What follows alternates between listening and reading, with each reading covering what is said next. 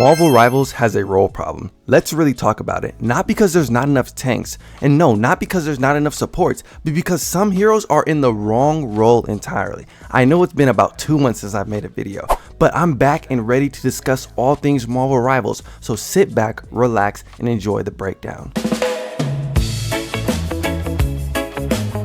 Once you guys start looking at certain characters, you can't unsee it. And I'm telling you, once I bring it up, you're going to be like, hold on, he might actually be cooking. You have some DPS heroes who should play like supports, and some supports who practically should be DPS. You know I'm looking at you, Gambit, stop it. And some heroes should honestly be healthier for the game if they launch as a completely different role. Like from the jump, I don't think that Gambit should have been a support, or even Cyclops should have been a DPS. I want to give my reasons and why I feel this way, so you guys gotta bear with me. Now, before the comments start typing, I am not saying these heroes need to be deleted or redesigned. What I am saying is, if you handed these kits to a player with no roles label attached and asked them to guess where each hero belongs, I think a lot of people will come to very different conclusions than Rivals did. And honestly, I think some of the balance problems we're seeing right now comes from this exact issue, because role identity matters. It affects queue times, team compositions, and how players approach each hero, and it definitely affects how the developers balance them. So today we're going to be doing something a little different. We're talking about some Marvel Rivals heroes and putting them in the role they actually belong in, based on my personal opinion. Let me know if you guys disagree or agree. Now, without further ado, let's talk about the newest hero in Marvel Rivals, Cyclops. And honestly, I think Marvel Rivals put him in the wrong role, because Cyclops, when he was first announced, had some of the best hype. People were waiting for him since season 0. Some of the biggest reactions from the community wasn't even excitement, it was confusion. Once he got released as a DPS hero, and it was confirmed, people were swearing up and down, he's gonna be a Vanguard, he's gonna be a Vanguard, because the Vanguard role is a little bit lackluster. And really, I get it. The Duelist roster is already jam-packed. I'm pretty sure there's 27. Then every update, it feels like we're getting another damage hero, some more poke slot, and when Vanguards get a new hero, they get nerfed to the ground. Let's look at Devil Dinosaur. Devil Dinosaur was good for like the casual players, but people just complained so much, either he was picked or banned, and people just decided to ban him out. So because Vanguard has such a limited roster, the chance of broken heroes getting banned in the tank role is so much higher, because you just don't have that many tanks. I don't want to use the rhetoric Cyclops should have been a Vanguard because the role needs more hero. I think Cyclops genuinely fits the Vanguard fantasy better. Like, think about who Cyclops really is. He's a leader, a battlefield commander, a character who's known for controlling engagements and directing his team. When people think of Cyclops, they don't think of some lone assassin. They think of the standing guy who's in the front yelling, "To me, my X-Men." That's the tank fantasy, not a DPS fantasy, let's be honest. So if I was redesigning Cyclops as a Vanguard, I'd lead heavily into that commander identity. For his primary fire, I keep the optic blast, but make them more of a space control ability instead of raw damage. His shift ability that boosts him backwards and pushes enemies back, I'd take that away, but just put it inside his like regular kit to where he can just force enemies back, because that's just space creation.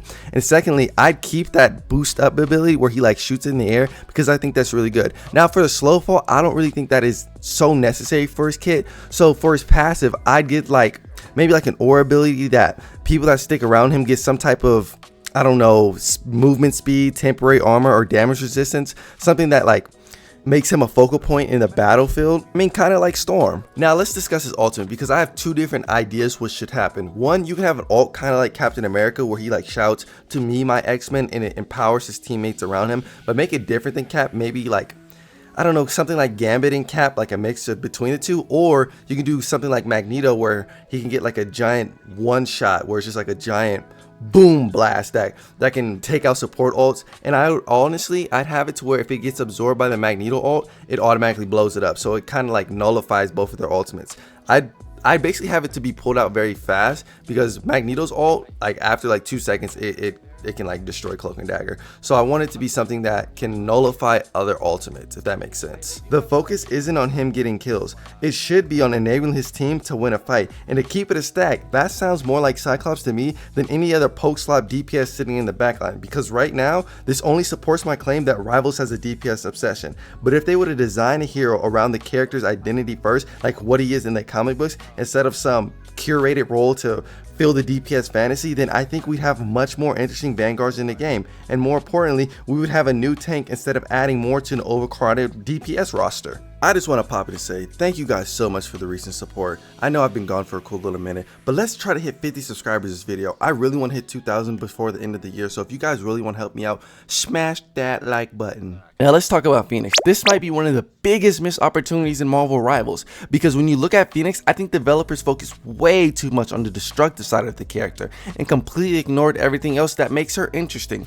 When people hear the Phoenix Force, they think about this overwhelming power, planetary destruction, just absolute chaos, but the Phoenix Force is also about rebirth and renewal. Life comes from destruction. That sounds like a strategist instead of a duelist. Let's think about it. How many DPS do we have already, and how many supports do we have that feel unique? This has been an opportunity where Rivals could have went into a different direction. I think your healing could have been something like Life Reveal, but I want to break that down in a second. Most supports fall into the same design space: healing, saving teammates, or pressing an ultimate that makes everybody impossible to kill. We already seen that in Overwatch. That's Zenyatta, that's Transcendence, we know that. Phoenix could have been something completely different. Her primary fire can still be offensive. Let her throw flames out that apply pressures to enemies, but instead of her entire kit revolving around damage, successful attacks should build the Phoenix energy that gets converted into healing. She's constantly balancing aggression and support. For another ability, I'd give her something like a Phoenix Mark. When you place the power of the Phoenix Force over a teammate, it gives them a buff, maybe to their speed, survivability, or just a buff to their natural moveset.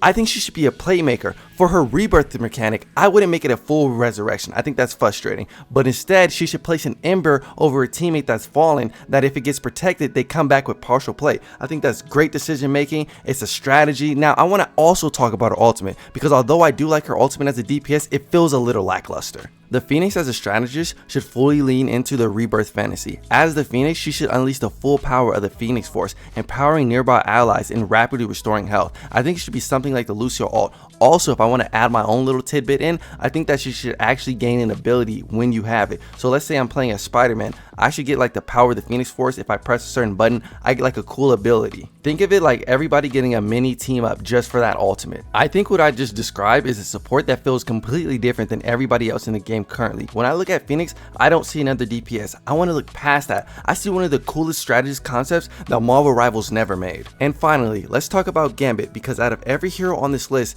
this one is the one that people are going to disagree with the most. Not because Gambit is a bad strategist, but because I think he wasn't originally supposed to be a strategist. When I look at Gambit's kit, I don't see a support. I see a damage hero who got reclassified because Marvel Rivals needed another strategist. And before people get upset, hear me out. If Marvel Rivals launched with a perfect role distribution from day one, if every role had the same amount of tension, and if every role on the Duelist roster wasn't already overflowing with characters, I think Gambit would have and should have been a DPS without question. But because Marvel Rivals doesn't know how to release heroes right, I think they just had to give us a filler character. I think Gambit should have and would have been a DPS without question. Just look at the character: a kinetic energy based card thrower, a staff wielding fighter with a flashy risk versus reward playstyle. Everything about that screams Duelist. He's one of the most iconic damage dealers in the X-Men. Nobody, and I mean nobody, reads a Gambit comic and thinks this guy should be doing what, healing in the backline? That's not fantasy. That's not even like the character. So let's keep it a bean. He should have been a damage dealer. Now I understand because of what Marvel Rivals politics, they made him support, but if everything was fair,